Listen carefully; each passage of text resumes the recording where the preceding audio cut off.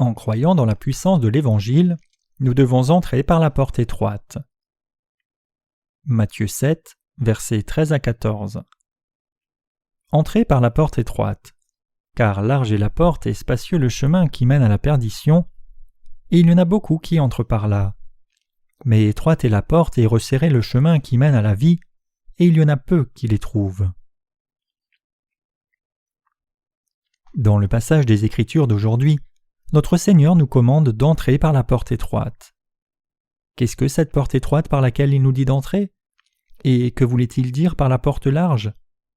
Nous devons tous marcher maintenant sur le chemin étroit et difficile. Pour ce faire, nous devons croire dans la parole d'Évangile de l'eau et de l'Esprit encore plus ardemment, et nous devons marcher seulement par notre foi dans la parole de Dieu. Évidemment, nous pourrions quitter le chemin étroit et prendre le plus facile, le chemin large, mais nous ne devons pas le faire, car le Seigneur nous a dit de marcher sur le chemin étroit et difficile. Beaucoup dans ce monde ne veulent pas entrer par la porte étroite et par le chemin difficile. Parce que le chemin semble trop étroit, difficile et dangereux pour eux, et que peu le trouvent, ils déclinent d'y embarquer et ils pensent même que ceux qui sont sur ce chemin doivent être fous.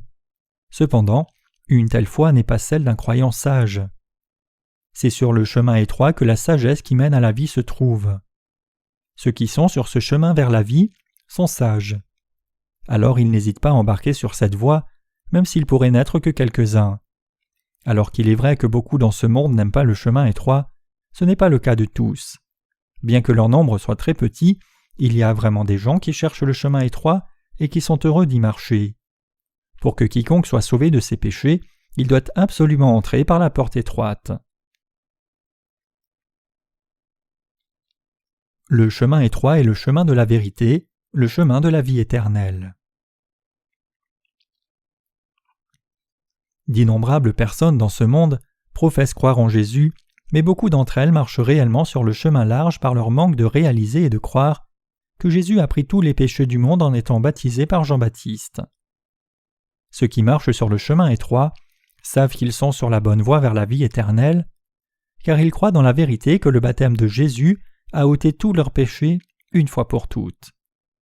Mais qui parmi les chrétiens de ce monde connaît ce mystère de la porte étroite et du chemin difficile? Même les dits évangéliques de notre temps ne savent pas que Jésus a pris les péchés du monde par le baptême qu'il a reçu de Jean-Baptiste. La signification du baptême de Jésus, c'est qu'il contient la vérité du salut, qui est que Jésus a pris les péchés de ce monde et a été crucifié pour nous. Encore, les chrétiens de nom qui croient en Jésus comme s'ils pratiquaient l'une des nombreuses religions du monde pensent que c'est seulement sur la croix que Jésus pardonna leurs péchés. Ces chrétiens savent que leurs péchés restent intacts dans leur cœur. Parmi les dits évangéliques, beaucoup clament qu'on peut devenir sans péché en croyant seulement en Jésus comme le Sauveur. Ils se moquent même de nous en disant « Tout ce que nous devons faire, c'est croire en Jésus comme notre Sauveur personnel. Alors pourquoi devons-nous connaître et croire cet évangile de l'eau et de l'esprit ?» Ils insistent sur le fait qu'il suffit de croire qu'ils sont pécheurs et refusent ainsi de croire dans l'évangile de l'eau et de l'esprit. Mais en fait, ils marchent réellement sur le chemin large du monde, suivant et s'assimilant à la majorité du christianisme sécularisé. Si le Seigneur nous a parlé de l'évangile de l'eau et de l'esprit, nous devons être heureux de recevoir la puissance de la rémission du péché en croyant dans cet évangile du salut tel qu'il est. En croyant et répandant l'évangile de l'eau et de l'esprit, nous marchons en fait sur le chemin étroit et difficile. Ceux qui marchent sur le chemin étroit doivent exhorter ceux qui sont sur le chemin large à revenir à la parole de Dieu et la suivre. Peu importe les circonstances pour le croyant dans l'évangile de l'eau et de l'esprit, quand le Seigneur lui-même a dit d'aller sur le chemin étroit, il marche sur ce chemin étroit par la foi. Encore, comme tant de chrétiens ont fait tant de compromis avec les gens de ce monde pour marcher sur le chemin large, comment peuvent-ils recevoir la rémission du péché dans leur cœur? Ces chrétiens qui vivent leur vie se comportant et compromettant avec les gens du monde ont encore des péchés dans leur cœur et ils marchent seulement sur le chemin large pour finalement atteindre la destruction en dépit d'avoir professé croire en Jésus comme Sauveur. L'apôtre Paul dit « Ignorez-vous que nous tous qui avons été baptisés en Jésus-Christ, c'est en sa mort que nous avons été baptisés » Romains 6, verset 3.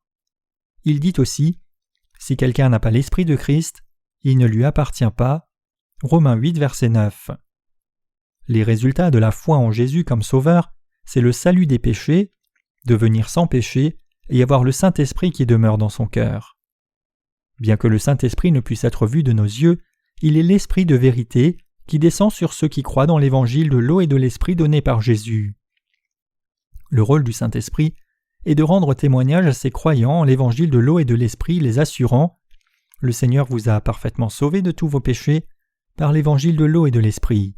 Vous n'avez donc plus de péché. » Comme il est l'Esprit qui rend témoignage à la parole de vérité dans le cœur des croyants dans l'évangile de l'eau et de l'Esprit, il n'est plus possible qu'un péché se trouve dans leur cœur. Il demeure dans le cœur de ceux qui sont nés de nouveau et donne à leur esprit un témoignage concret du salut.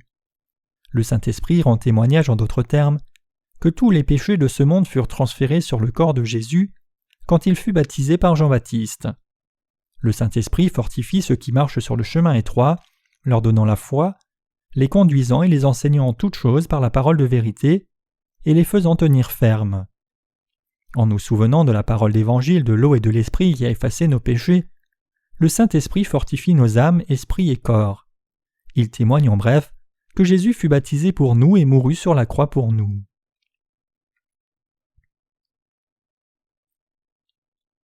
Ceux qui croient et suivent l'évangile de vérité sont ceux qui marchent sur le chemin étroit. Ceux qui marchent sur le chemin étroit sont des prêtres spirituels qui délivrent ceux qui sont tombés dans la destruction de leurs péchés. Ce sont les croyants dans la parole d'évangile de l'eau et de l'Esprit. Et le Seigneur se plaît en eux qui sont sur le chemin étroit et difficile. Peu importe combien ce chemin est difficile pour le juste, parce que c'est le chemin qui sauve les autres de leurs péchés, nous devons tous l'emprunter. Et nous devons servir l'Évangile jour et nuit pour délivrer des péchés tous ceux qui doivent encore recevoir la rémission des péchés. Ceux qui sont encore sur le chemin large, en d'autres termes, doivent être conduits par nous pour qu'ils puissent aussi entrer par la porte étroite. Ces gens qui marchent sur le chemin large doivent se rappeler que bien que ce chemin soit confortable pour eux, s'ils continuent de le suivre, ils finiront sur le chemin de la destruction. Ici, ceux qui marchent sur le chemin large se réfèrent aux chrétiens hypocrites qui se sont compromis avec les gens du monde et qui marchent en conséquent vers leur propre destruction. Ce sont ceux qui se lèvent contre l'évangile de l'eau et de l'Esprit, clamant qu'il soit juste pour eux d'avoir encore du péché, en dépit de leur foi en Jésus. Qu'a dit notre Seigneur au sujet de ces gens qui sont sur le chemin large ? Il dit « Large est la porte, spacieux le chemin, qui mène à la destruction, il y en a beaucoup qui entrent par là. » Autrement dit, il y a beaucoup de chrétiens dont le péché reste intact et qui tombent dans la destruction, même s'ils professent croire en Jésus, par leur manque de connaissance de l'évangile de l'eau et de l'Esprit. Encore, c'est une fausse foi qui attire les gens et c'est leur chemin large de destruction que les gens suivent. Ils enseignent que tous les chrétiens doivent simplement être vertueux, mais c'est un faux enseignement qui se détourne de la vérité. Ce genre d'enseignement est très différent de la vérité de l'évangile de l'eau et de l'Esprit qui nous a rendus sans péché.